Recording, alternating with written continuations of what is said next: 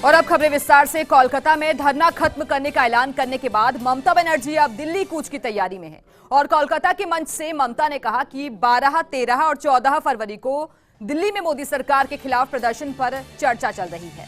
आंध्र प्रदेश के सीएम चंद्रबाबू नायडू के कहने पर ममता आखिरकार धरना तोड़ने पर राजी हुई थी, लेकिन इसके साथ ही दिल्ली में मोदी सरकार के खिलाफ अगले हफ्ते उन्होंने हल्ला बोलने का ऐलान भी कर दिया है। ममता को मनाने के लिए मंगलवार शाम आंध्र प्रदेश के मुख्यमंत्री चंद्रबाबू नायडू पहुंचे थे और उन्होंने कहा कि 23 पार्टियों ने ममता बनर्जी से धरना खत्म करने की अपील की है और ये लड़ाई अब दिल्ली में लड़ी जाएगी। वहीं ममता ने कहा कि मैं देश को एकजुट करने की कोशिश कर रही हूं। ममता ने अपनी पुलिस का फिर से बचाव किया। धरना खत्म करने का ऐलान करते हुए ममता ने कहा कि पीएम मोदी सब पर कब्जा करना चाहते हैं, उन्हें अब दिल्ली छोड़ गुजरात जाना होगा। दरअसल सीबीआई और कोलकाता पुलिस के बीच जारी विवाद पर मंगलवार को सुप्रीम कोर्ट ने निर्देश भी जारी किए थे और कोलकाता के कमिश्नर को जांच में सहयोग करने की अपील भी उनसे की थी।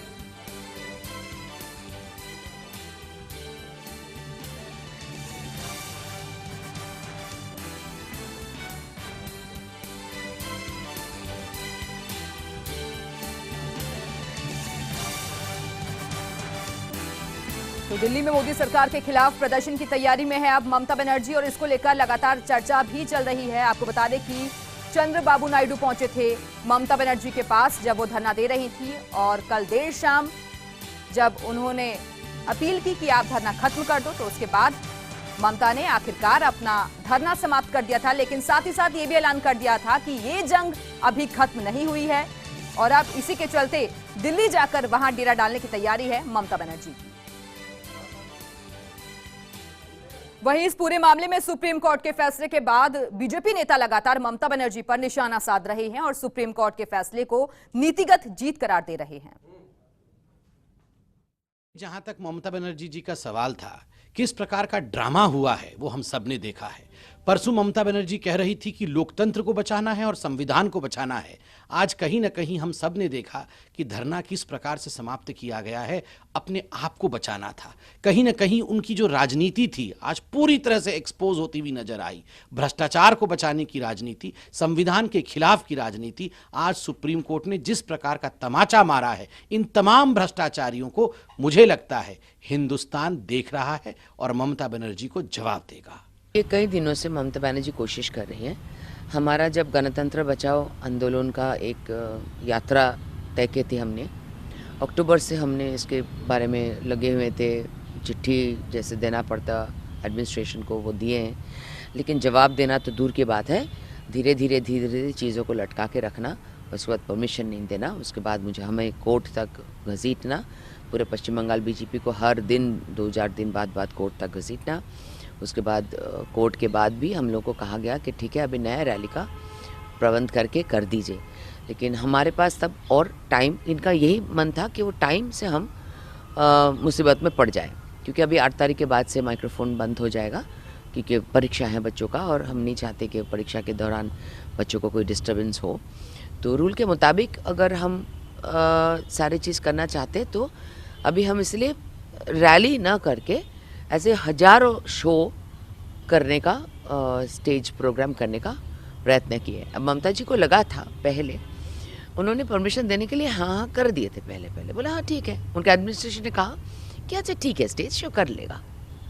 अब स्टेज शो और रैली में जो फ़र्क था, रैली में तो लंबा चलने वाले थे, तो उनको लगा था कि बहुत सारा लोग जुट जाएंगे, साधारण लोग सुन पाएंगे उनकी, देख लेंगे उनको। अभी ये जो हो रहा है, अभी तो उनको अंदाज़ा में नहीं था कि इतनी भारी भक्कम भीड़ होने लगेगी। हिंदुस्तान का नागरिक किसी कोने में जा करके सभाएं कर सकता है, जनता को संबोधित कर सकता है। और वो तो एक उत्तर प्रदेश के माननीय मुख्यमंत्री थे। मैं ये कह सकती हूँ ममता बनर्जी की विनाशकाली विपरीत बुद्धि, जब व्यक्ति के खत्म होने का समय आता है तो ऊटपटांग काम करते हैं। पश्चिम बंगाल में मुझे लग रहा है कानून की धज्जियां जितनी उड़ाई जा सकती हैं, ममता बनर्जी वहां उड़ा रही हैं। बहुत बड़े दुख के साथ कहना पड़ता है कि एक चुना हुआ जनप्रतिनिधि, मुख्यमंत्री या आम नागरिक, क्या पश्चिम बंगाल भारत से अलग है जो वहां अपनी सभाएं नहीं कर सकते? मैं इतने कह सकती हूँ कि ममता के जाने का समय आ चुका है। दीपक जब खत्म होने पर आता है, लौ ज्यादा उठती है। उधर सीबीआई वर्सेस ममता सरकार के बीच उपजे विवाद पर प्रमुख विपक्षी दल कांग्रेस की प्रतिक्रिया भी आपको सुनवा देते हैं।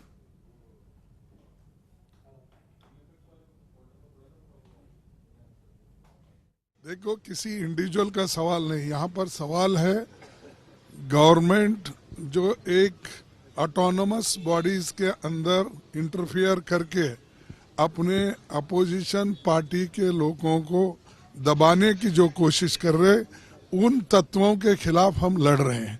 हम किसी एक इंडिविजुअल, किसी एक ऑफिसर या किसी एक पार्टी के लिए नहीं। जो ऑटोनमस बॉडीज है उनकी जो गरिमा थी उसको जो कम करने की कोशिश ये सरकार कर रही है, उसके खिलाफ हम लड़ रहे हैं। बहुत सही है जो उन्होंने कहा है। देखिए, बात ये नहीं थी कि कौन किसी से पूछताछ कर सकता है या तहकीकात कर सकता है कि नहीं। एक बात साफ थी कि सीबीआई को कोई सवाल पूछने थे, लेकिन जिस तरीके से वो रेड करने गई वो गैर संवैधानिक तो नहीं कहेंगे, इलीगल था, तौर तरीका गलत था, ऐसे पूछा नहीं जाता है। आपने कोई नोटिस वोटिस भी नहीं दिया, और जब भी ये गए सुप्रीम कोर्ट के सामने तो कोई सबूत स्वाभाविक है पेश नहीं कर पाए। क्योंकि देखिए, अगर लाइन ऑफ ड्यूटी में एक रूल है सरकार का कि अगर आप किसी को भी, अपना किसी सरकारी अधिकारी को अपनी ड्यूटी निभाने के लिए रोकेंगे तो सजा मिलती है। ऐतिहासिक है ये। कभी सुप्रीम कोर्ट ने तो मैंने देखा है कि anybody preventing government officer from performing his और हर ड्यूटी, वो सीधे जेल जाता है। तो जब सीबीआई को कहा गया कि नहीं आप गलत थे, उनको टाइम देना पड़ेगा, इसका मतलब इनका जो पूरा एक्शन था वो केवल डराने धमकाने का था।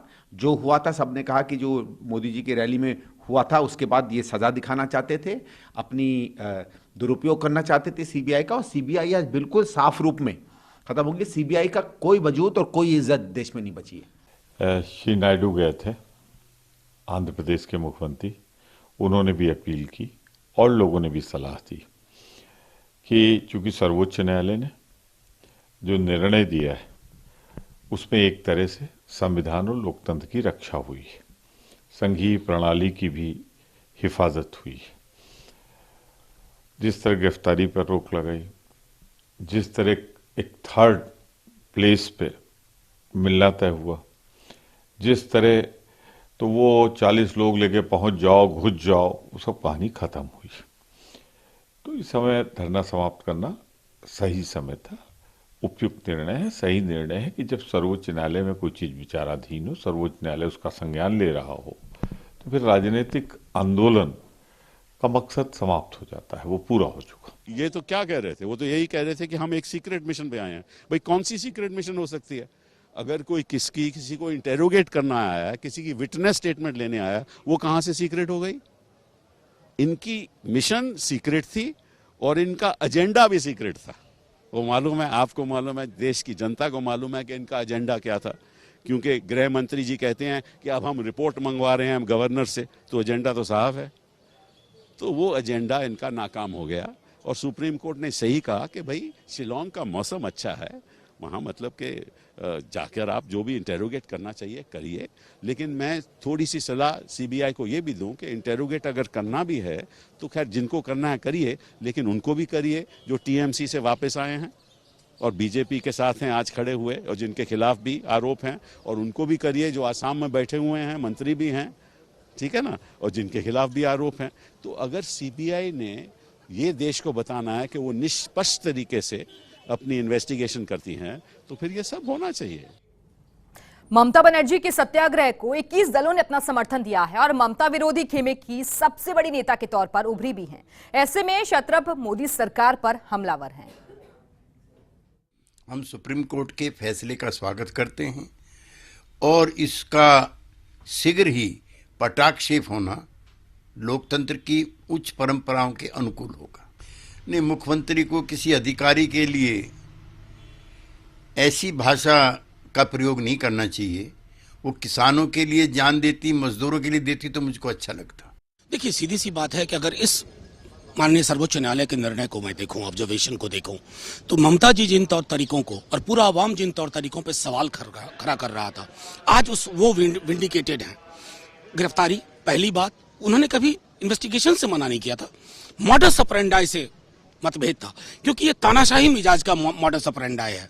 और मैं समझता हूं कि माननीय सर्वोच्च न्यायालय ने उसको साफ साबित कर दिया कि तौर तरीके से चीज होंगी, मॉडस ऑपरेंडाई में तब्दीली करनी होगी। ममता जी और जिस धारा का वो प्रतिनिधित्व करती हैं उसकी विजय हुई।